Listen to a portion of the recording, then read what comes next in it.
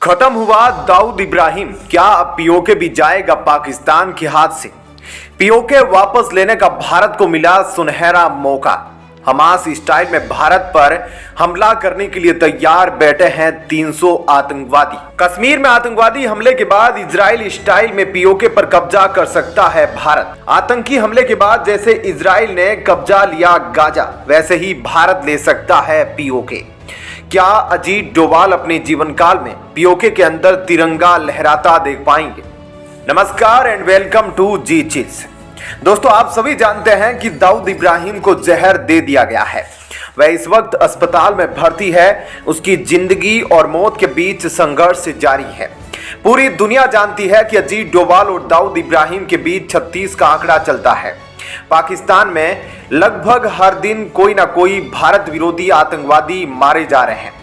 पाकिस्तान में भारत विरोधी आतंकियों को खत्म करने के बाद लगता है अब अजीत डोभाल साहब का अगला टारगेट पीओके है। पीओके वापस लेने के लिए भारत इस वक्त जबरदस्त पोजीशन में आ गया है। यह बात बिल्कुल सच है कि भारत को पीओके वापस चाहिए तो हमें अमेरिका का समर्थन मिलना बेहद जरूरी है।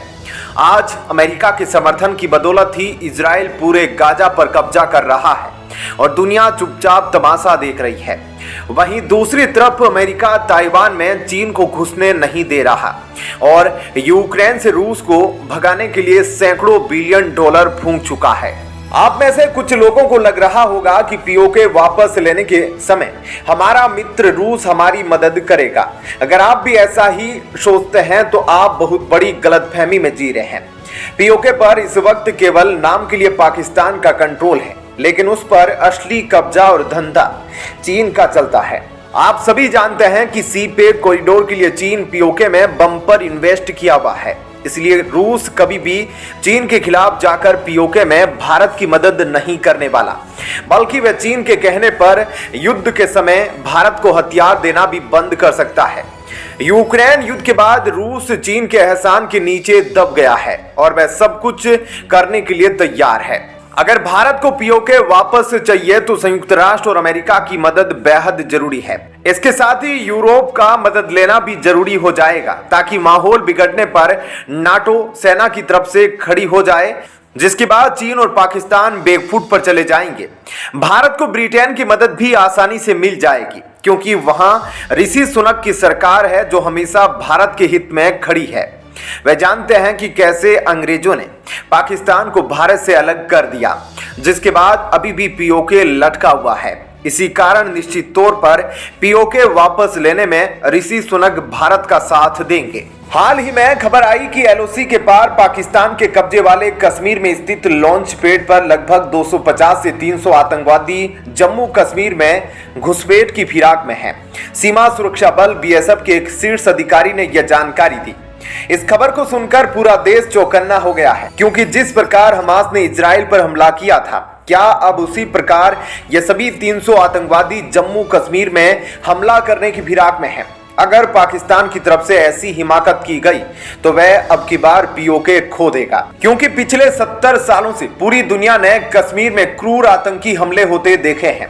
ऐसे में अगर ये 300 आतंकवादी कोई भी ब्लंडर करने की कोशिश करते हैं तो ये भारत के लिए पीओके वापस लेने का बड़ा मौका होगा। हालांकि बीएसएफ अधिकारी ने बताया कि सुरक्षा बल सतर्क है और सीमा पार से किसी भी घुसपैठ की कोशिश को नाकाम कर देंगे। बीएसएफ अधिकारी ने कहा कि पिछले कुछ वर्षों में सुरक्षा बलों और कश्मीर के लोगों के बीच जुड़ाव बढ़ा है। दोस्तों, इस वक्त चुनाव के पहले भारत सरकार भी फुल और फाइनल मोड में नजर आ रही है।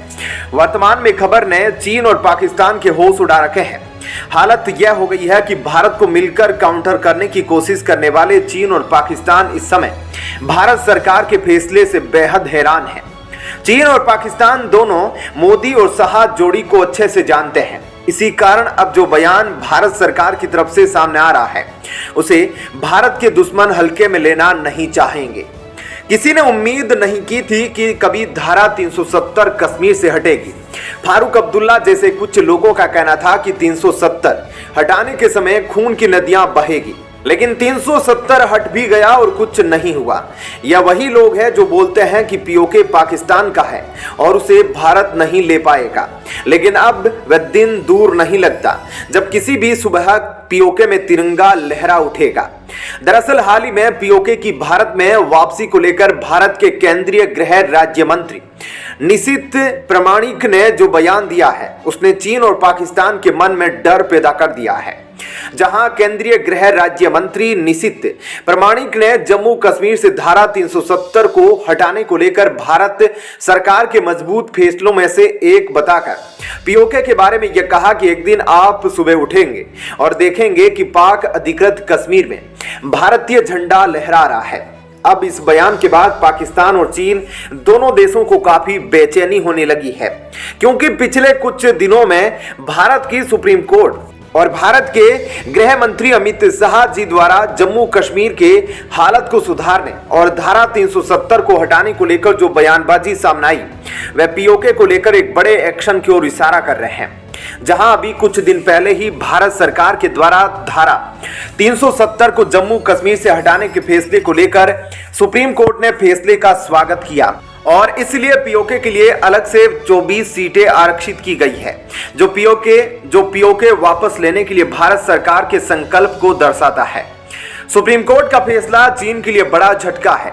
G20 में IMEC कॉरिडोर को पास करके भारत ने पहले ही चीन के $1 ट्रिलियन प्रोजेक्ट BRI को तबाह कर दिया है, लेकिन अब भारत के सुप्रीम कोर्ट ने अपना फैसला सुनाकर चीन के शी पैक में आग लगा दी है, जो पीओके से होकर गुजरता है। सुप्रीम कोर्ट की दहाड़ सुनकर चीन ने कहा कि वो भारत के फैसले को स्वीकार नहीं करता है। चीन के विदेश मंत्रालय की प्रवक्ता माओ निंग ने कहा, इस फैसले का बीजिंग पर कोई फर्क नहीं पड़ता। भारत चीन बॉर्डर का पश्चिमी हिस्सा हमेशा से चीन का रहा है। चीन ने आगे कहा, हमने कभी भी भारत के एक तरफा और अवैध तौर पर स्थापित केंद्र शासित प्रदेश लद्दाख को मान्यता नहीं दी। भारत के सुप्रीम कोर्ट के फैसले से यह सच्चाई नहीं बदल सकती कि सीमा का पश्चिमी हिस्सा चीन का है। इससे पहले भी चीन माओनिंग ने कश्मीर मामले पर कहा था, भारत और पाकिस्तान के बीच लंबे समय से विवाद चल रहा है, इसे शांतिपूर्ण तरीके से UNSC के प्रस्तावों के तहत सुलझाना जरूरी है। लेकिन यह मोहतरमा यह बताना भूल गई कि तिब्बत, अरुणाचल प्रदेश और अक्साई चीन का मसला संयुक्त राष्ट्र में कब सोल्व करेगी। भारतीय सुप्रीम कोर्ट के धारा 370 के फैसले के बाद पाकिस्तान के केयर टेकर प्रधानमंत्री ने भी अपने लोगों को चुनाव के ठीक पहले मूर्ख बनाते हुए यह कहा कि कश्मीर के लिए हम भारत से 300 जंग लड़ने को भी तैयार है। लेकिन सच्चाई तो यह है कि पाकिस्तान खुद अभी अपने ही देश में TTP आतंकियों से लड़ रहा है। उनकी आधी सेना तो अपने देश के आतंकियों के हाथों मारी जाती है, तो बॉर्डर पर क्या खाक लड़ेंगे। धन्यवाद, नमस्कार।